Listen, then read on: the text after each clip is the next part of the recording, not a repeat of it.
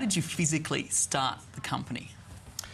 Yeah, I basically came across that market need. I think a business should start only if there is a clear market need. And with that market need here in Australia, and I should add New Zealand as well, we quickly came into talks. We means a small team that I had gathered around me.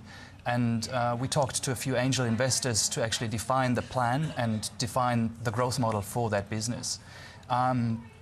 I personally believe in the effect of having a team around me helps a lot. So I teamed up with a few online media specialists and a few IT people. They're not all based in Australia. That's the other advantage of being in the internet business world, because you can really team up with experts in the US and in Europe.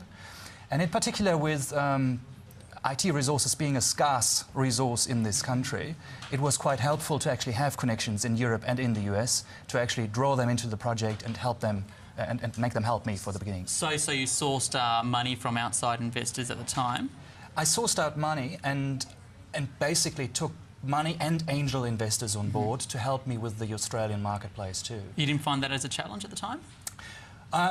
Well, in particular, as a new business, you have three options, I think, to start from a financial point of view. Either you go to a bank and try to put a mortgage on your house if you have a house. Number two is you could ask a venture capitalist. And number three is you talk to angel investors, and I clearly see that as a very important part. And we went down that road because I think an angel investor brings so much more than just money. They bring expertise in a specific field, they bring networks themselves, and they help you to grow without the pressure of a venture capitalist or a bank trying to get numbers on a weekly basis or a monthly basis. So how did you find these angel investors? That's an idea about networking. I think it really depends again on how you're networked in the country. They are from across the whole of Australia, and there's a European investor in there too. So. For those businesses that are seeking capital, funding to grow their business or to get a business idea up and running, what kind of advice can you give them to make sure that they effectively find this money? Again, that's a good question, because it's quite a tough time at the moment for a young starting business, and I can see that quite a few businesses these days that I come across in Sydney, in Melbourne, in Perth, actually find it hard to get fresh money. Some people even say if you need money now, you're kind of lost. I wouldn't go that far. I think it clearly depends again on how well you are linked or connected to your business angels or to the financial circuit yourself. And then it's a question of trust in your business model. It's a question of trust in you as a person and in your team, how you deliver. Okay. In terms of setting up the website, you've given us a bit of a history of what you were doing. What kind of technical experience do you have?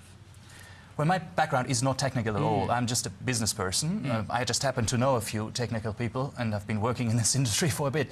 So we try to build ZaaBiz the way how an Australian would look into a social networking platform, how an Australian business person looks into it. So we try to make it as Australian as possible. Our aim was also to make it easy, because I just do know quite a few business owners, in particular from the small business environment, that are very reluctant to actually enter information into websites these days. And therefore we wanted to make sure that we have a trusted environment which is easy to use. You say you wanted to make the website as Australian as possible. What did you have to do to make it Australian? How different would it be to set it up in Australia than to set it up in somewhere in Europe, for example? Well, firstly, we used Australian designers because I always believe in the effect that design has on a network or a business in total. So the Australian element came through the design of the platform. Secondly, we made the content Australian, certainly not with a European background, but more with an Australian English type of background.